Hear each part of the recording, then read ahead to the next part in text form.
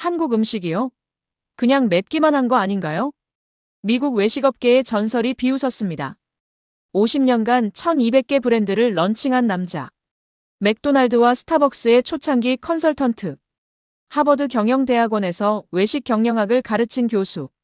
그가 한국에 왔습니다. 아들이 말했거든요. 아버지, 한국에 아버지보다 대단한 사람이 있어요. 코웃음을 쳤습니다. 그런데 서울에 도착한 첫날 밤. 새벽 4시에 시장에서 직접 재료를 고르는 한 남자를 봤습니다. 3,000개가 넘는 매장을 가진 사람이었습니다. 사장이 왜 직접 시장에 옵니까? 그가 물었습니다. 돌아온 대답에 할 말을 잃었습니다. 내가 안 먹을 재료는 손님한테도 못 팔아요. 그날 밤 호텔로 돌아와 천장만 바라봤습니다.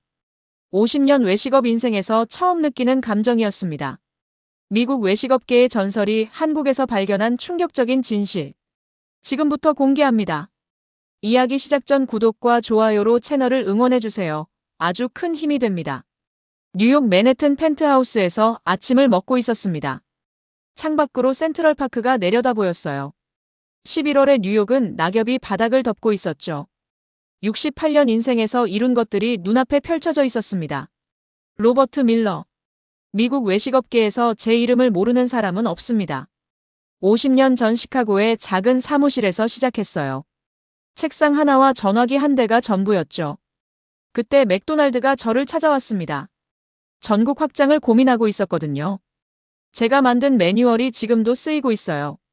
스타벅스가 커피숍을 넘어 라이프스타일 브랜드로 성장할 때도 제가 전략을 짰습니다. 하워드 슐츠와 밤새 회의했던 기억이 나네요. 50년 동안 1200개가 넘는 브랜드를 런칭했습니다. 성공한 것도 있고 실패한 것도 있었죠. 하지만 배운 것들이 쌓였어요. 하버드 경영대학원에서 15년간 외식 경영학을 가르쳤습니다. 월스트리트 저널은 저를 프랜차이즈의 신이라고 불렀어요. 포브스 인터뷰만 12번 했습니다. 은퇴 후에도 세계 각국에서 강연 요청이 끊이지 않았어요. 런던, 파리, 도쿄, 상하이. 어디를 가든 사람들이 제 이야기를 듣고 싶어 했습니다. 그날도 평범한 아침이었습니다. 토스트에 버터를 바르고 오렌지 주스를 마시고 있었어요. 그때 아들 제임스에게서 전화가 왔습니다. 제임스는 실리콘밸리에서 투자회사를 운영하고 있어요. MIT 졸업 후 월스트리트에서 일하다가 독립했죠. 똑똑한 녀석입니다. 아버지, 요즘 뭐 하세요? 별거 없다. 다음 주에 런던 강연이 있고, 그 다음 주엔 싱가포르 컨퍼런스가 있어. 아버지, 한국 가보신 적 있어요? 뜬금없는 질문이었습니다. 한국? 없는데. 왜? 요즘 한국 외식업이 완전 핫해요. 넷플릭스에서 한국 요리 프로그램이 난리거든요. 친구들이 다 보고 있어요. 코웃음이 나왔습니다. 요리 프로그램이 뭐가 대단하다고. 미국에도 그런 거 많잖아. 아니, 그게 아니라요.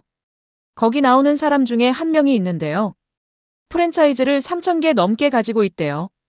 3,000개? 숫자가 귀에 걸렸습니다. 미국에서 3,000개 매장을 가진 브랜드는 손에 꼽거든요. 맥도날드, 서브웨이, 스타벅스 정도. 그것도 수십 년에 걸쳐서 만든 겁니다.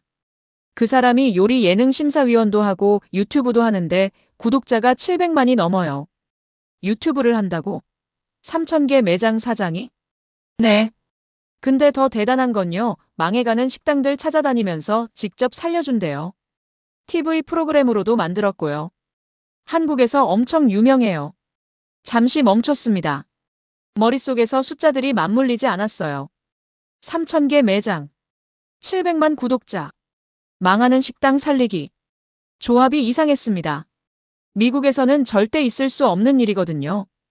프랜차이즈 본사가 가맹점 살리러 다닌다고요? 그건 자선 사업이지 비즈니스가 아닙니다. 가맹점이 망하면 다음 가맹점을 찾으면 되는 겁니다. 그게 프랜차이즈 사업의 기본이에요. 제임스, 그게 말이 되니? 3,000개 매장 관리하면서 어떻게 망하는 식당까지 돌아다녀? 시간이 남아도는 것도 아니고. 저도 처음엔 안 믿었어요. 근데 영상 보니까 진짜 그러더라고요. 새벽에 시장 가서 직접 재료도 고르고요. 새벽에 시장을 간다고? 네. 아버지, 한번 가보세요. 아버지 눈으로 직접 확인해 보시라고요. 바쁜데 한국까지 뭐 하러 가? 아시아는 도쿄랑 상하이면 충분해. 아버지, 솔직히 말할게요. 제임스 목소리가 진지해졌습니다. 평소와 다른 톤이었어요. 그 사람 보면서 아버지 생각 많이 했어요. 아버지도 대단하시잖아요. 근데요, 제 생각엔 그 사람이 아버지보다 대단한 것 같아요. 전화기를 귀에서 뗐습니다. 뭐라고요? 68년 인생에서 이런 말을 들은 적이 없었습니다. 내 아들이. 내가 MIT 학비 대주고 월스트리트 인맥 연결해준 내 아들이. 나보다 대단한 사람이 있다고요? 아시아의 작은 나라에서 요리 예능이나 하는 사람이? 제임스, 농담이지? 아버지, 농담 아니에요. 진심이에요. 가서 직접 보세요. 아버지 기준으로 평가해 보시라고요. 만약 제가 틀렸으면 인정할게요. 알았다. 끊자. 전화를 끊고 한참을 창밖만 바라봤습니다. 화가 났어요. 아들이 나를 무시하는 것 같았거든요. 50년간 쌓아온 경력을, 1200개 브랜드를, 하버드 강단에 섰던 그 세월을. 그게 아시아 요리사한테 진다고요? 노트북을 열었습니다. 한국 외식업을 검색했어요. 그 사람 이름이 떴습니다. 기사들을 하나씩 읽어봤죠. 3000개 매장. 연매출 수천억 원. 요리 유튜브 구독자 700만. 망해가는 식당 살리는 프로그램. 한국 요리대회 심사위원. 새벽 시장에서 직접 재료 고르는 사진도 있었습니다. 화면을 내리다가 멈췄습니다. 한 장의 사진이 눈에 박혔어요. 새벽 시장 한복판에서 생선을 고르는 남자.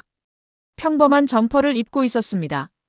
고급 정장도 아니고 브랜드 옷도 아니었어요. 그냥 시장 상인처럼 보였습니다. 이상했어요. 미국 외식업계 거물들은 새벽에 시장 같은데 안 갑니다. 골프장에 가죠. 아니면 요트에서 아침을 먹습니다. 그런데 이 사람은 새벽 4시에 시장에 서 있었어요. 3000개 매장을 가진 사람이. 노트북을 덮었습니다. 그리고 비서에게 전화했어요. 한국행 비행기 예약해줘. 다음 주로. 서울이라는 데로. 직접 가서 확인하기로 했습니다. 뭐가 그렇게 대단한지. 과연 내 아들 말이 맞는지. 50년 경력의 내 눈으로 직접 평가해주겠다고 생각했습니다. 틀린 걸 증명하면 제임스한테 한 소리 해줘야겠다고 마음먹었어요. 그때는 몰랐습니다. 그 결정이 제 인생을 완전히 바꿔놓을 줄은요. 인천공항에 내렸을 때 첫인상은 나쁘지 않았습니다. 깨끗했어요. 바닥에 먼지 하나 없었고 천장 조명이 은은하게 빛났습니다. LA 공항과는 확실히 달랐죠. 입국 심사줄에 섰습니다. 금요일 저녁이라 사람이 꽤 많았어요. 최소 1시간은 걸리겠다고 생각했습니다. LA에서는 2시간이 기본이거든요. 그런데 줄이 빠르게 움직였습니다. 시계를 봤어요. 줄을 선 지 12분 만에 제 차례가 왔습니다. 심사관이 여권을 스캔하더니 영어로 물었어요. 방문 목적이 뭔가요? 비즈니스입니다. 외식업 관련 미팅이요. 얼마나 계실 예정이에요? 일주일 정도요. 좋은 시간 되세요. 끝이었습니다. 30초도 안 걸렸어요. LA에서는 질문만 5개는 했을 텐데. 수화물을 찾고 밖으로 나왔습니다. 전체 소요 시간이 23분이었어요. 메모장에 적었습니다. 입국 시간 23분. 미국 평균의 10분의 1. 나쁘지 않은 시작이었습니다. 호텔 셔틀을 타고 서울로 향했습니다. 창밖 풍경을 보며 생각했어요. 고속도로가 깨끗했습니다. 차선 표시도 선명했고 가로등도 일정한 간격으로 서 있었어요. 뉴욕 외곽 고속도로보다 관리가 잘 되어 있었습니다. 하지만 인정하고 싶지 않았어요. 이건 그냥 인프라일 뿐이라고 생각했습니다. 돈만 있으면 누구나 할 수 있는 거잖아요. 호텔에 체크인하고 짐을 풀었습니다. 강남에 있는 5성급 호텔이었어요. 방은 넓었고 전망도 좋았습니다. 창밖으로 서울 야경이 펼쳐졌어요. 빌딩들이 반짝이고 있었습니다. 생각보다 도시가 컸습니다. 샤워를 하고 침대에 누웠어요. 내일 일정을 확인했습니다. 비서가 미리 잡아둔 스케줄이 있었어요. 오전에 한국 프랜차이즈 협회 관계자 미팅. 오후에 한국 외식업 현장 탐방. 그리고 저녁에 그 사람이 운영한다는 식당 방문. 솔직히 기대는 안 했습니다. 아시아 프랜차이즈가 뭐 별거 있겠어요. 미국 시스템 따라하는 게 전부일 거라고 생각했습니다. 다음 날 아침 일찍 일어났습니다. 시차 때문에 새벽 5시에 눈이 떠졌어요. 커튼을 열었습니다. 아직 어두웠는데 길거리에 사람들이 보였습니다. 운동하는 사람들이었어요. 새벽부터 뛰고 있었습니다. 한국 사람들은 부지런하다는 말이 생각났어요. 호텔 조식을 먹고 로비로 내려갔습니다. 프랜차이즈 협회 관계자가 저를 기다리고 있었어요. 50대 초반의 남자였습니다. 영어가 유창했어요. 밀러 교수님, 반갑습니다. 김재호라고 합니다. 반갑습니다. 오늘 뭘 보여주실 건가요? 한국 프랜차이즈 시장의 현황을 먼저 설명드리고 현장을 직접 보여드리려고 합니다. 차를 타고 이동했습니다. 김재호 씨가 한국 외식업 현황을 설명해줬어요. 숫자들이 귀에 들어왔습니다. 한국 프랜차이즈 시장 규모 약 130조 원. 가맹점 수 약 27만 개. 인구 대비 프랜차이즈 밀도 세계 최상위권. 고개를 끄덕였습니다. 규모는 알겠는데 품질은 어떻습니까? 미국에서는 프랜차이즈가 균일한 품질을 유지하는 게 핵심이거든요. 김재호 씨가 미소 지었습니다. 그래서 오늘 직접 보여드리려는 겁니다. 특히 한 분을 소개해드리고 싶어요. 그 3,000개 매장 가진 사람 말인가요? 아, 이미 알고 계시네요. 아들한테 들었습니다. 솔직히 말하면 믿기 어렵더군요. 3,000개 매장을 관리하면서 망하는 식당까지 돌봐준다는 게. 김재호 씨가 창밖을 바라보며 말했습니다. 저도 처음엔 그랬어요. 근데 그분은 좀 달라요. 오늘 저녁에 직접 만나시면 아시게 될 겁니다. 차가 한 건물 앞에 멈췄습니다. 한국 프랜차이즈 박람 회장이었어요. 안으로 들어가니 수백 개의 부스가 있었습니다. 치킨, 커피, 분식, 고깃집, 디저트. 종류가 정말 다양했어요. 걸으면서 이것저것 구경했습니다. 시식도 했어요. 치킨을 한 조각 먹었는데 맛있었습니다. 바삭했고 양념도 적당했어요. 커피도 마셔봤습니다. 나쁘지 않았어요. 스타벅스보다 저렴한데 맛은 비슷했습니다. 메모장을 꺼내 적었습니다. 가격 대비 품질 양호. 다양성 풍부. 하지만 이건 박람 회장일 뿐이었어요. 실제 매장은 다를 수 있습니다. 김 선생, 실제 가맹점 현장을 보고 싶습니다. 박람 회장 말고요. 김재호 씨가 고개를 끄덕였습니다. 그럴 줄 알았어요. 오후에 몇 군데 가보시죠. 그리고 저녁에 그분의 매장으로 가시면 됩니다. 차에 다시 올랐습니다. 창밖으로 서울거리가 지나갔어요. 곳곳에 프랜차이즈 간판이 보였습니다. 치킨집, 커피숍, 분식집이 빼곡했어요. 한 블록에 3개는 있는 것 같았습니다. 이렇게 많은데 다 살아남을 수 있을까?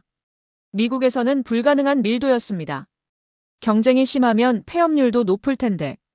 그때까지도 저는 한국을 얕보고 있었습니다. 저녁이 되면 모든 게 바뀔 거라는 걸 몰랐어요. 오후 내내 프랜차이즈 매장 여러 곳을 돌았습니다. 치킨집, 커피숍, 김밥집, 고깃집. 한 가지 공통점이 있었어요. 생각보다 깨끗했습니다. 미국 프랜차이즈는 본사 점검 때만 청소하는 경우가 많거든요. 그런데 여기는 점심 러시가 끝난 직후인데도 바닥이 반짝였어요. 주방도 들여다봤습니다. 위생 상태가 괜찮았어요. 기름때가 묻은 환풍기도 없었고 유통기한 지난 재료도 안 보였습니다. 메모장에 적었습니다. 현장 위생 상태 양호.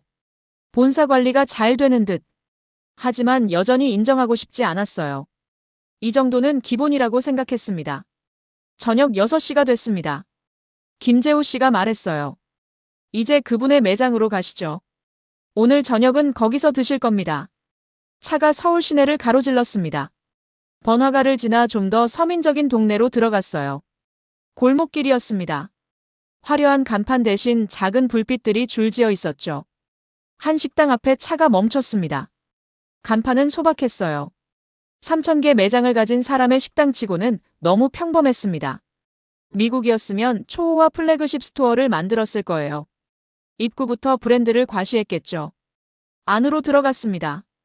평범한 한 식당이었어요. 나무 테이블이 놓여 있었고 벽에는 오래된 사진들이 걸려 있었습니다. 손님들이 꽤 있었어요. 회사원들, 가족 단위, 젊은 커플까지 다양했습니다. 자리에 앉자 직원이 물을 가져왔습니다. 그리고 작은 접시들이 하나씩 놓이기 시작했어요. 김치, 콩나물, 시금치, 두부조림, 멸치볶음. 이건 뭔가요? 김재호 씨가 웃으며 대답했습니다. 반찬이요. 기본으로 나오는 겁니다. 기본이요? 가격에 포함된 건가요? 네. 무료예요. 리필도 됩니다. 멈칫했습니다. 8가지나 되는 음식이 무료라고요? 미국에서는 빵 하나에도 추가 요금을 받습니다. 샐러드 반은 별도이고 음료도 따로 계산하죠. 리필도 무료라고요? 농담이죠? 농담 아닙니다. 한국에서는 당연한 겁니다. 메인 요리가 나왔습니다. 된장찌개와 제육볶음이었어요. 가격표를 봤습니다. 된장찌개 7,000원, 제육볶음 9,000원. 환율을 계산했어요. 된장찌개가 5달러 정도였습니다. 5달러에 찌개 하나와 반찬 8가지. 뉴욕이었으면 수프 하나가 15달러입니다. 한 숟가락 떴습니다. 입안에 깊은 맛이 퍼졌어요. 건더기가 푸짐했고 간이 딱 맞았습니다. 2숟가락, 3숟가락. 어느새 그릇이 비어 있었어요. 맛이 어떠세요? 김재호 씨가 물었습니다. 나쁘지 않네요.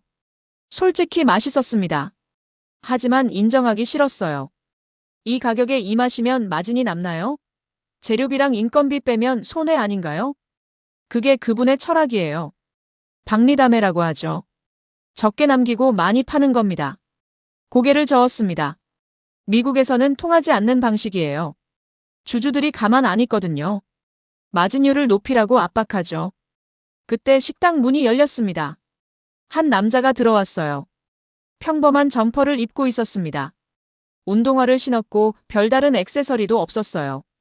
그냥 동네 아저씨 같았습니다. 그런데 직원들이 일제히 고개를 숙였어요. 손님들 몇 명이 그를 알아보고 수군거리기 시작했습니다. 김재호 씨가 일어서며 말했어요. 오셨네요. 밀러 교수님 소개해드릴게요. 그 남자가 우리 테이블로 걸어왔습니다. 환하게 웃고 있었어요. 어서 오세요. 멀리서 오셨네요. 영어가 아니었습니다. 통역사가 옆에서 말해줬어요. 저는 자리에서 일어나 악수를 건넸습니다. 로버트 밀러입니다. 미국에서 외식업 컨설팅을 하고 있습니다. 그가 제 손을 잡았습니다. 손이 거칠었어요. 사무실에서만 일하는 사람 손이 아니었습니다. 직접 뭔가를 만지는 사람의 손이었죠. 식사는 하셨어요? 입에 맞으셨나요? 네. 맛있었습니다. 그런데 한 가지 궁금한 게 있어요. 그가 고개를 갸웃했습니다. 이 가격에 이 품질이면 남는 게 없을 것 같은데요. 왜 이렇게 하시는 겁니까? 통역사가 전달하자 그가 웃었습니다. 그리고 천천히 말했어요. 손님이 배불리 먹고 나가야 다음에 또 오잖아요. 한번 많이 남기려고 하면 손님이 안 와요. 오래 장사하려면 적게 남겨야 해요. 간단한 대답이었습니다. 하지만 뭔가 묵직하게 다가왔어요. 그는 자리에 앉더니 저를 똑바로 봤습니다. 밀러 씨, 내일 새벽에 시간 되세요? 새벽이요? 네. 새벽 4시에 시장에 가려고 하는데요. 같이 가시겠어요? 새벽 4시. 68년 인생에서 새벽 4시에 시장 가자는 제안을 받은 건 처음이었습니다. 잠시 망설였어요. 하지만 아들 제임스 말이 떠올랐습니다. 직접 보라고 했잖아요. 좋습니다. 가보죠. 그가 다시 환하게 웃었습니다. 그럼 내일 새벽에 뵙겠습니다. 그리고 자리에서 일어나 주방으로 들어갔어요. 잠시 후 직접 요리를 담아 손님 테이블에 가져다주는 모습이 보였습니다.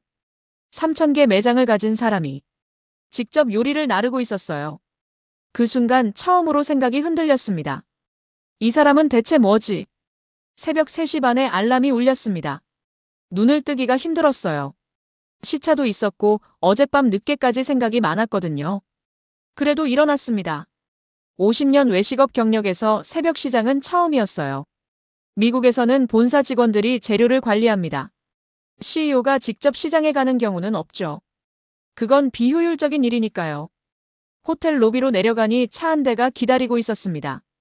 문이 열리더니 어젯밤 그 남자가 내렸어요. 여전히 평범한 점퍼 차림이었습니다. 잘 주무셨어요? 새벽에 죄송합니다. 통역사가 옆에서 전달해줬어요. 괜찮습니다. 어디로 가는 겁니까? 노량진 수산시장이요. 서울에서 제일 큰 수산시장입니다. 차에 올랐습니다. 새벽 서울거리는 텅 비어 있었어요. 가로등만 줄지어 빛나고 있었습니다. 20분쯤 달리니 큰 건물이 나타났어요. 차에서 내리자 비린내가 코를 찔렀습니다. 익숙한 냄새였어요. 어릴 적 아버지 손을 잡고 갔던 보스턴 어시장 냄새와 비슷했습니다. 시장 안으로 들어갔습니다. 새벽 4시인데 사람들이 바글바글했어요. 상인들이 생선을 정리하고 있었고 경매 소리가 울려 퍼졌습니다. 열기가 대단했어요. 그가 앞장서서 걸었습니다. 상인들이 그를 알아봤어요. 사장님 오셨네. 오늘 좋은 거 들어왔어요. 이리 와봐요. 그는 일일이 인사를 건넸습니다. 악수도 하고 어깨도 두드리고 마치 동네 이웃을 만난 것처럼 스스럼 없었어요. 한 좌판 앞에 멈췄습니다. 고등어가 잔뜩 쌓여 있었어요. 그가 한 마리를 집어들었습니다. 눈을 확인하고 아가미를 열어봤어요. 손가락으로 살을 눌러보기도 했습니다. 밀러 씨, 이리 와보세요. 다가갔습니다. 그가 고등어 한 마리를 제 손에 쥐어줬어요. 이거 만져보세요. 살이 탱탱하죠? 만져봤습니다. 확실히 단단했어요. 좋은 생선은 눈이 맑고 아가미가 빨개요. 살을 눌렀을 때 바로 돌아오면 싱싱한 거예요. 통역사가 전달해줬습니다. 이런 건 직원한테 맡기면 안 됩니까? 사장님이 직접 올 필요가 있나요? 그가 고개를 저었습니다. 내 눈으로 안 보면 모르잖아요. 사진으로는 신선도를 알 수 없어요. 직접 만져봐야 해요. 하지만 3,000개 매장이 있잖아요. 시간이 부족하지 않습니까? 그래서 새벽에 오는 거예요. 남들 잘 때 움직이면 시간은 충분해요. 그는 다시 걷기 시작했습니다. 조개 파는 곳, 새우 파는 곳, 오징어 파는 곳. 한 곳도 빠뜨리지 않고 확인했어요. 직접 맛도 보고 가격도 흥정했습니다. 상인들과 농담도 주고받았어요. 한 할머니 상인이 그를 붙잡았습니다. 사장님, 우리 아들이 식당 하는데 요즘 장사가 안 돼요. 한번 와서 봐줄 수 있어요? 그가 할머니 손을 잡았습니다. 주소 알려주세요. 다음 주에 갈게요. 진심으로 말하는 것 같았어요. 사무적인 대응이 아니었습니다. 시장을 다 돌고 나니 새벽 6시가 됐습니다. 2시간 동안 걸었어요. 다리가 좀 아팠습니다. 68살 몸에는 힘든 일정이었죠. 시장 한쪽에 작은 식당이 있었습니다. 허름한 가게였어요. 그가 들어가며 말했습니다. 여기 국밥이 맛있어요. 아침 드시죠. 안으로 들어가니 김이 모락모락 나는 냄비가 보였습니다. 테이블에 앉자 국밥 2그릇이 나왔어요. 뜨거웠습니다. 한 숟가락 떴어요. 진한 국물이 속을 데웠습니다. 새벽에 걸어서 그런지 유난히 맛있었어요. 그가 국밥을 먹으며 말했습니다. 밀러 씨, 제가 왜 새벽에 시장 오는지 아세요? 젓가락을 내려놓고 그를 봤습니다. 재료 때문 아닙니까? 좋은 재료를 직접 고르려고요. 그가 고개를 끄덕였습니다. 맞아요. 근데 그것만은 아니에요. 국밥 국물을 한 모금 마시더니 말을 이었어요. 여기 상인들 보셨죠? 대부분 새벽 2시에 나와요. 저보다 2시간 일찍이요. 추운 겨울에도 비 오는 날에도요. 저 사람들이 고생해서 잡은 생선을 제가 사는 거예요. 그 수고를 직접 봐야 함부로 못해요. 가격 깎는 것도 미안해지고요. 가슴이 먹먹해졌습니다. 미국에서는 들어본 적 없는 말이었어요. 재료 공급업체와의 관계는 철저히 비즈니스입니다. 더 싸게 납품하라고 압박하죠. 상인들의 수고 같은 건 생각 안 해요. 그런데 이 사람은 달랐습니다. 또 하나 이유가 있어요. 그가 말을 이었습니다. 제가 새벽에 일하면 직원들도 열심히 해요. 사장이 놀면 직원도 놀거든요. 제가 먼저 움직여야 해요. 국밥 그릇이 비었습니다. 그가 일어서며 말했어요. 밀러 씨, 오늘 하나만 기억하세요. 좋은 음식은 좋은 재료에서 나와요. 좋은 재료는 정성에서 나오고요. 정성은 발품에서 나옵니다. 그 말이 머릿속에서 맴돌았습니다. 정성은 발품에서 나온다. 50년 외식업 컨설팅을 하면서 이런 말을 해준 사람은 없었어요. 시장을 나와 차에 올랐습니다. 창밖으로 서울의 아침이 밝아오고 있었어요. 사람들이 출근하기 시작했습니다. 이 사람이 새벽에 시장을 다니는 동안 세상은 잠들어 있었구나. 그제야 조금씩 이해가 됐습니다. 왜 아들 제임스가 그런 말을 했는지. 호텔로 돌아와 샤워를 했습니다. 뜨거운 물이 몸을 적시는데 새벽 시장 풍경이 자꾸 떠올랐어요. 고등어를 직접 만져보던 손. 상인 할머니 손을 잡던 모습. 국밥집에서 했던 말. 정성은 발품에서 나온다. 샤워를 끝내고 침대에 앉았습니다. 노트북을 열어 미국 외식업 데이터를 검색했어요. 미국 프랜차이즈 CEO 중에 새벽 시장에 가는 사람이 몇 명이나 될까? 아마 한 명도 없을 겁니다. 그들은 골프장에서 투자자를 만나고 있겠죠. 아니면 요트에서 주말을 보내고 있을 거예요. 오전 10시에 김재호 씨가 호텔로 왔습니다. 오늘 일정은 그 사람이 운영하는 가맹점 방문이었어요. 어떤 매장을 보고 싶으세요? 가장 평범한 곳으로 가주세요. 성공한 매장 말고요. 김재호 씨가 고개를 끄덕였습니다. 알겠습니다. 그럼 최근에 살린 매장으로 가시죠. 차로 40분을 달렸습니다. 서울 외곽의 작은 동네였어요. 번화가가 아니었습니다. 주택가 사이에 작은 상가가 있었어요. 그중 하나가 목적지였습니다. 치킨집이었어요. 평범한 간판이 걸려 있었고 유리문 너머로 테이블 몇 개가 보였습니다. 안으로 들어갔습니다. 점심시간이 아니라 손님은 없었어요. 주방에서 50대 여성이 나왔습니다. 김재호 씨와 인사를 나눴어요. 사장님, 이분은 미국에서 오신 외식업 전문가예요. 매장 좀 보여드려도 될까요? 아이고, 그러세요. 여사장님이 쑥스러운 듯 웃었습니다. 매장 안을 둘러봤어요. 작았지만 깔끔했습니다. 테이블은 4개뿐이었고 주방도 좁았어요. 여기가 1년 전에 거의 망할 뻔했던 매장이에요. 김재호 씨가 말했습니다. 망할 뻔했다고요? 네. 사장님, 이야기 좀 해주실 수 있으세요? 여사장님이 자리에 앉았습니다. 저도 맞은편에 앉았어요. 부끄러운 얘기인데요. 여사장님이 천천히 말하기 시작했습니다. 남편이 사업 실패하고 빚이 생겼어요. 먹고 살려고 치킨집을 차렸는데 장사가 안 됐어요. 하루에 5마리도 안 팔리는 날이 많았어요. 5마리요? 네. 월세 내기도 빠듯했어요. 3달 동안 적자였어요. 그만두려고 했죠. 통역사가 전달해줬습니다. 가슴이 답답해지는 이야기였어요. 미국에서도 이런 가맹점주들을 많이 봤습니다. 본사는 그런 사람들을 어떻게 했을까요? 계약 해지하고 다음 가맹점주를 찾았죠. 그때 그분이 오셨어요. 여사장님 눈이 빛났습니다. 직접요? 본사 직원이 아니라. 네. 직접 오셨어요. 새벽에요. 저 출근하니까 가게 앞에 서 계시더라고요. 새벽에요? 네. 제가 깜짝 놀랐죠. TV에서 보던 분이 우리 가게 앞에 서 계시니까요. 여사장님이 웃었습니다. 그때 일을 떠올리는 것 같았어요. 그분이 뭐라고 하셨어요? 가게 안에 들어오시더니 이것저것 살펴보셨어요. 주방도 보시고 냉장고도 열어보시고요. 그러고는 저한테 물으셨어요. 뭐라고요? 사장님, 치킨 튀기는 거 한번 보여주실 수 있어요? 그러셔서 제가 튀겼죠. 그랬더니 고개를 저으셨어요. 왜요? 기름 온도가 너무 높대요. 그래서 겉만 타고 속은 안 익는다고요. 그리고 튀기는 시간도 너무 짧대요. 여사장님이 손을 내저었습니다. 제가 요리를 배운 적이 없거든요. 그냥 매뉴얼대로 했는데 뭐가 틀린지 몰랐어요. 그래서 어떻게 됐어요? 그분이 직접 시범을 보여주셨어요. 기름 온도 맞추는 법, 튀기는 시간, 건지는 타이밍까지 전부요. 2시간 동안 같이 튀겼어요. 믿기 어려웠습니다. 3,000개 매장을 가진 사람이 망해가는 치킨집에서 2시간 동안 치킨을 튀겼다고요? 그것만이 아니에요. 여사장님이 말을 이었습니다. 다음 주에 또 오셨어요. 그 다음 주에도요. 한 달 동안 4번 오셨어요. 올 때마다 다른 걸 알려주셨어요. 반죽 만드는 법, 양념 배합, 손님 응대까지요. 한 달 동안 4번이요?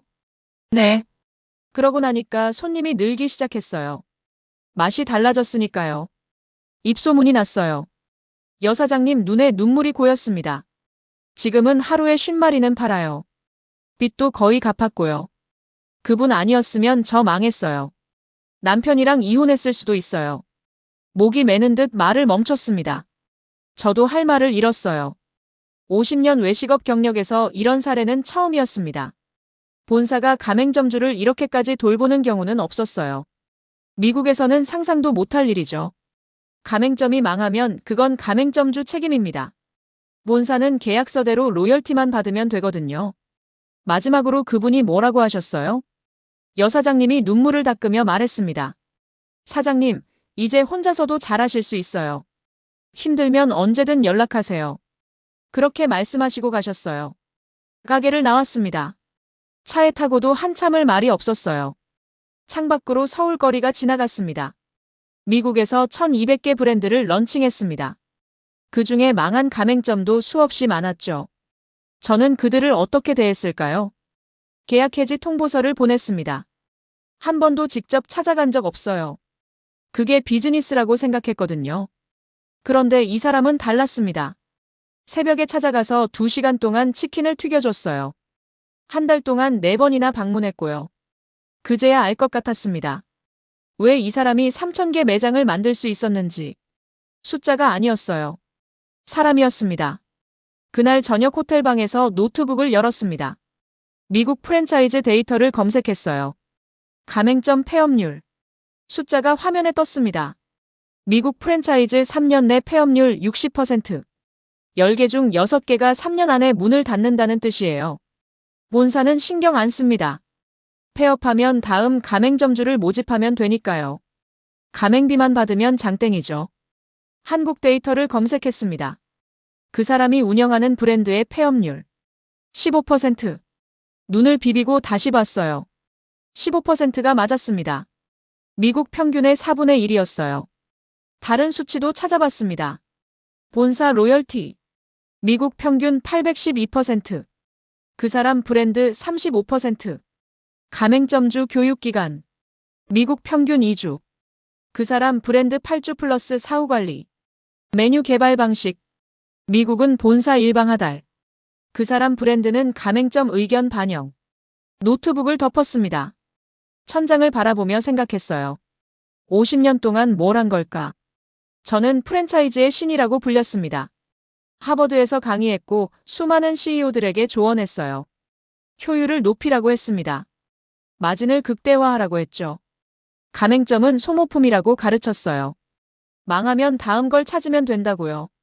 그런데 이 사람은 정반대였습니다. 효율보다 정성, 마진보다 관계. 가맹점은 가족이라는 철학. 그리고 결과는 숫자로 증명되고 있었어요. 다음 날 아침 김재호 씨가 호텔로 왔습니다. 오늘은 그 사람의 본사를 방문하는 날이었어요. 차로 30분을 달려 건물 앞에 도착했습니다. 생각보다 소박했어요. 미국 대기업 본사 같은 화려함이 없었습니다.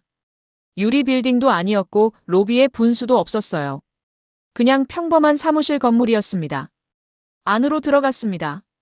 직원들이 분주하게 움직이고 있었어요. 그런데 분위기가 이상했습니다. 미국 회사 같지 않았어요. 긴장감이 없었습니다. 직원들이 웃고 있었어요. 서로 농담도 주고받았고요. 회의실로 안내받았습니다. 그가 이미 와 있었어요. 여전히 평범한 옷차림이었습니다. 정장이 아니었어요. 편한 셔츠에 청바지였죠.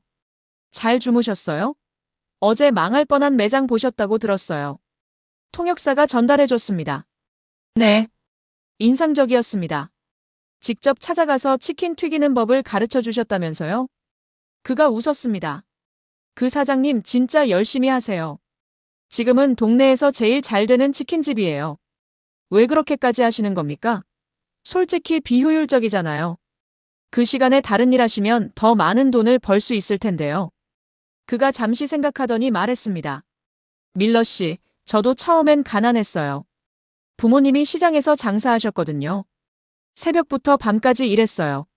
그래도 돈이 없었죠. 그때 도와준 사람들이 있었어요. 이웃 상인들이요. 우리 집이 힘들 때 반찬도 나눠주고 돈도 빌려줬어요. 그 덕에 제가 여기까지 왔어요. 그의 눈빛이 진지했습니다. 저도 그렇게 하고 싶은 거예요. 받은 만큼 돌려주는 거죠. 어려운 가맹점주들 보면 옛날 우리 부모님 생각이 나요. 목이 메었습니다. 미국에서는 절대 듣지 못할 말이었어요. 비즈니스에 감정을 섞지 말라고 배웠거든요. 그런데 이 사람은 감정이 비즈니스의 핵심이었습니다. 하나만 더 물어봐도 될까요? 그가 고개를 끄덕였습니다. 유튜브는 왜 하시는 겁니까? 700만 구독자면 대단한 건데요. 돈을 벌려고 하시는 건가요? 그가 웃으며 고개를 저었습니다. 돈은 안 벌어요. 광고 수익 같은 거 안 받아요. 그럼 왜요? 집에서 요리하는 사람들한테 도움 주려고요. 식당 가기 어려운 사람들 있잖아요. 돈이 없거나 시간이 없거나. 그런 분들이 집에서 맛있는 거 해먹으면 좋잖아요. 믿기 어려웠습니다. 700만 구독자 채널에서 광고 수익을 안 받는다고요? 미국이었으면 수백만 달러를 벌 수 있는데. 마지막으로 하나만요. 그가 저를 봤습니다. 본인이 성공한 이유가 뭐라고 생각하세요? 그가 창밖을 바라봤습니다. 서울 풍경이 펼쳐져 있었어요. 잠시 침묵이 흘렀습니다. 저요? 저는 성공 안 했어요. 네. 아직 멀었어요. 아직도 힘든 가맹점주들이 많아요. 폐업하는 식당들이 많고요. 제가 할 일이 아직 많이 남았어요. 3,000개 매장. 연매출 수천억. 700만 구독자. 그런데 성공하지 않았다고요. 그 순간 깨달았습니다. 이 사람은 돈을 보고 있지 않았어요. 사람을 보고 있었습니다. 자신의 성공이 아니라 남의 성공을 목표로 하고 있었죠. 회의실을 나왔습니다. 복도를 걸으며 직원들을 봤어요. 모두 밝은 표정이었습니다. 한 직원이 지나가다 그에게 말했습니다. 사장님, 점심 드셨어요? 구내식당에 오늘 된장찌개 맛있어요. 아직 못 먹었어. 같이 갈까? 자연스러운 대화였어요. 미국 대기업 CEO가 직원이랑 구내식당에서 밥을 먹는 경우는 없습니다. 임원 전용 식당이 따로 있거든요. 그런데 이 사람은 달랐습니다. 건물을 나서며 생각했어요. 제가 50년 동안 가르친 게 전부 틀렸던 건 아닐까? 효율과 이익만 강조했던 제가 부끄러워지기 시작했습니다. 한국에서의 마지막 밤이었습니다. 내일 오후 비행기로 뉴욕에 돌아가야 했어요. 호텔 창가에 서서 서울 야경을 바라봤습니다. 빌딩들이 반짝이고 있었어요. 일주일 전 이 도시에 처음 왔을 때가 떠올랐습니다. 그때 저는 이곳을 얕보고 있었죠. 아시아의 작은 나라. 미국을 따라하는 후발주자.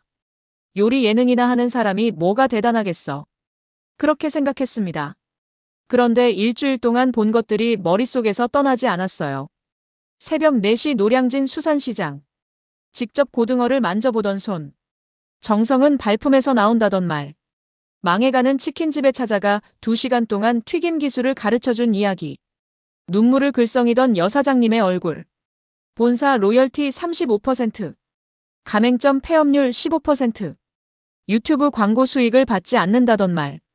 아직 성공하지 않았다던 그 사람의 눈빛. 침대에 앉았습니다. 손이 떨렸어요. 68년 인생에서 처음 느끼는 감정이었습니다. 부끄러움이었어요. 50년 동안 저는 뭘 가르친 걸까요? 효율을 높여라. 마진을 극대화해라. 가맹점은 소모품이다. 망하면 다음 걸 찾으면 된다. 하버드 강단에서 수천 명의 학생들에게 그렇게 가르쳤습니다. 월스트리트 저널 인터뷰에서도 그렇게 말했어요.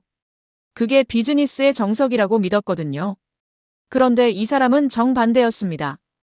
효율보다 정성, 마진보다 관계, 가맹점은 가족, 그리고 결과는 숫자로 증명되고 있었어요. 미국 프랜차이즈 폐업률 60%, 이 사람 브랜드 폐업률 15%. 누가 맞는 걸까요? 전화기를 들었습니다. 아들 제임스에게 전화했어요. 제임스, 나야. 아버지, 한국 어때요? 그 사람 만나셨어요? 만났다. 어땠어요? 잠시 말이 나오지 않았습니다. 목이 메었거든요. 제임스, 내가 맞았다. 네. 내 말이 맞았어. 그 사람이 나보다 대단해. 전화기 너머로 침묵이 흘렀습니다. 제임스가 놀란 것 같았어요. 68년 인생에서 아들에게 이런 말을 한 적이 없었거든요. 아버지, 진심이에요? 진심이다. 50년 동안 내가 틀렸던 것 같아. 무슨 말씀이세요? 나는 숫자만 봤어. 효율, 마진, 성장률. 그런 것만 중요하다고 생각했지. 근데 이 사람은 사람을 봐. 가맹점주가 힘들면 새벽에 찾아가서 요리를 가르쳐줘. 한 달에 4번씩. 미국에서 그런 CEO 본 적 있니? 나도 없어. 50년 동안 한 번도 못 봤어. 제임스가 한숨을 쉬었습니다. 아버지, 그래서 그 사람이 특별한 거예요. 알아. 이제 알겠어. 전화를 끊고 창밖을 다시 봤습니다. 서울의 불빛들이 흐릿하게 보였어요. 눈에 뭔가 고인 것 같았습니다. 68살에 눈물을 흘릴 줄은 몰랐어요.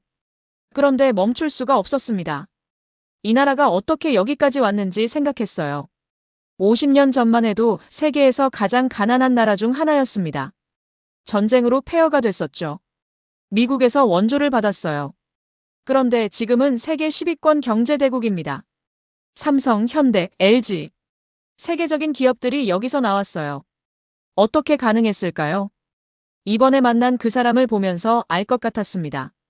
새벽 4시에 시장에 가는 성실함. 어려운 사람을 돕는 정. 받은 만큼 돌려주는 문화. 그게 이 나라를 만든 거였어요. 50년 전 폐허에서 맨손으로 일어선 사람들. 새벽부터 밤까지 일하며 가족을 먹여 살린 사람들. 이웃이 힘들면 반찬을 나눠주던 사람들. 그 사람들의 손자 손녀가 지금 이 도시를 만들었습니다. 그 사람도 그런 부모님 밑에서 자랐다고 했어요. 시장에서 장사하던 부모님. 어려울 때 도와준 이웃 상인들. 그 문화가 대를 이어 전해진 거였죠. 침대에 누웠습니다. 천장을 바라보며 생각했어요. 내일 뉴욕에 돌아가면 뭘 해야 할까? 하버드에서 다시 강의 요청이 와 있었습니다. 거절하려고 했어요. 더 이상 예전처럼 가르칠 자신이 없었거든요. 효율을 높여라. 마진을 극대화해라. 그런 말을 할 수 없었습니다.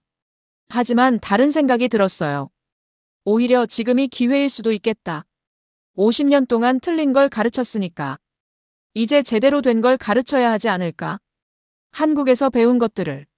정성은 발품에서 나온다는 것. 가맹점은 가족이라는 것. 받은 만큼 돌려줘야 한다는 것. 눈을 감았습니다. 내일 비행기에서 원고를 써야겠다고 생각했어요. 제목은 이미 정해져 있었습니다. 내가 한국에서 배운 것들. 68살에 다시 학생이 된 기분이었습니다. 뉴욕에 돌아온 지 한 달이 지났습니다. 비행기에서 쓰기 시작한 원고가 완성됐어요. 제목은 그대로였습니다. 내가 한국에서 배운 것들. 50페이지짜리 원고였어요. 새벽 시장에서 고등어를 만지던 손. 망해가는 치킨집에 4번이나 찾아간 이야기. 가맹점 폐업률 15%의 비밀. 정성은 발품에서 나온다는 말. 전부 담았습니다. 하버드 경영대학원에서 연락이 왔어요. 특별 강연 요청이었습니다. 수락했습니다. 강연 당일 대강당에 학생 500명이 모였어요. 교수들도 왔습니다. 저를 가르쳤던 은사님도 계셨죠. 강단에 섰습니다. 마이크를 잡았어요. 손이 떨렸습니다. 50년 동안 수백 번 강연했는데 이렇게 떨리는 건 처음이었어요. 심호흡을 하고 입을 열었습니다. 오늘 저는 사과를 하려고 왔습니다. 학생들이 웅성거렸어요. 50년 동안 여러분에게 잘못된 걸 가르쳤습니다. 효율을 높이라고 했죠. 마진을 극대화하라고 했습니다. 가맹점은 소모품이라고 했어요. 망하면 다음 걸 찾으면 된다고 했습니다. 강당이 조용해졌습니다. 그런데 한 달 전 한국에 다녀왔습니다. 거기서 만난 사람이 제 생각을 완전히 바꿔놓았어요. 스크린에 사진이 떴습니다. 새벽 노량진 수산시장. 고등어를 들고 있는 손. 작은 치킨집 앞에 선 여사장님. 이 사람은 3,000개가 넘는 매장을 가지고 있습니다. 미국 기준으로 보면 대단한 성공이죠. 그런데 이 사람은 새벽 4시에 시장에 갑니다. 직접 생선을 고르러요. 학생들이 고개를 갸웃했어요. 왜 그럴까요? 직원한테 시키면 되잖아요. 효율적이지 않죠. 그런데 이 사람은 이렇게 말했습니다. 스크린에 글자가 떴습니다. 정성은 발품에서 나온다. 이 사람은 망해가는 가맹점에 직접 찾아갑니다. 새벽에요. 그리고 2시간 동안 요리를 가르쳐 줍니다. 한 달에 4번씩요. 학생들 사이에서 탄성이 나왔어요. 미국에서 이런 CEO 본 적 있습니까? 저는 50년 동안 한 번도 못 봤습니다. 강당을 둘러봤습니다. 학생들의 눈이 반짝이고 있었어요. 결과가 어땠을까요? 미국 프랜차이즈 3년 내 폐업률 60%입니다. 이 사람 브랜드는 15%예요. 4분의 1이죠. 숫자가 스크린에 떴습니다. 60% vs 15%. 효율만 추구한 미국이 60%입니다. 정성을 추구한 한국이 15%예요. 누가 맞는 걸까요? 잠시 멈췄습니다. 저는 틀렸습니다. 50년 동안 틀린 걸 가르쳤어요. 비즈니스는 숫자가 아니었습니다. 사람이었어요. 강연이 끝나자 기립박수가 쏟아졌습니다. 학생들이 몰려와 질문을 했어요. 그중 한 학생이 물었습니다. 교수님, 그 사람이 누군가요? 이름을 알 수 있을까요? 웃으며 대답했습니다. 직접 찾아보세요. 한국 외식업을 검색하면 나올 겁니다. 하지만 이름보다 중요한 건 철학이에요. 정성은 발품에서 나온다. 이것만 기억하세요. 강연이 끝나고 연구실로 돌아왔습니다. 책상 위에 편지 한 통이 놓여 있었어요. 한국에서 온 편지였습니다. 그 사람이 보낸 거였어요. 봉투를 열었습니다. 짧은 편지였어요. 밀러 씨, 잘 돌아가셨나요? 한국에 와주셔서 감사했습니다. 다음에 오시면 제가 직접 된장찌개 끓여드릴게요. 건강하세요. 편지를 내려놓았습니다. 눈시울이 뜨거워졌어요. 3,000개 매장을 가진 사람이 직접 손편지를 썼습니다. 미국 CEO들은 비서가 이메일을 보내요. 그것도 자동 발송으로요. 창밖을 봤습니다. 뉴욕의 마천루가 보였어요. 한 달 전만 해도 이 풍경이 자랑스러웠습니다. 미국이 세계 최고라고 믿었거든요. 하지만 이제는 달라 보였어요. 저 빌딩들 안에서 일하는 사람들. 효율만 추구하고 마진만 계산하는 사람들. 가맹점이 망하면 계약 해지 통보서를 보내는 사람들. 그들에게 한국에서 배운 걸 알려주고 싶었습니다. 전화기를 들었습니다. 아들 제임스에게 전화했어요. 제임스, 나야. 아버지, 강연 어땠어요? 좋았다. 학생들이 기립박수를 쳤어. 와, 대단하시네요. 제임스, 고맙다. 네. 뭐가요? 한국 가보라고 했잖아. 그 말 안 했으면 난 평생 몰랐을 거야. 내가 틀렸다는 걸. 전화기 너머로 제임스가 웃는 소리가 들렸어요. 아버지, 저도 고마워요. 아버지가 변하셨잖아요. 전화를 끊고 책상 앞에 앉았습니다. 새 원고를 쓰기 시작했어요. 제목은 이미 정해져 있었습니다. 한국이 가르쳐준 것들. 50년 전 폐허에서 일어선 나라. 새벽 4시에 시장에 가는 사람들. 어려운 이웃을 돕는 문화. 정성은 발품에서 나온다는 철학. 그 모든 것이 한국을 만들었습니다. 그리고 그 한국이 68살 미국인의 인생을 바꿔놓았어요. 창밖으로 해가 지고 있었습니다. 노을이 아름다웠어요. 한국의 그 새벽 시장이 떠올랐습니다. 언젠가 다시 가야겠다고 생각했어요. 그때는 제가 직접 고등어를 골라보고 싶습니다.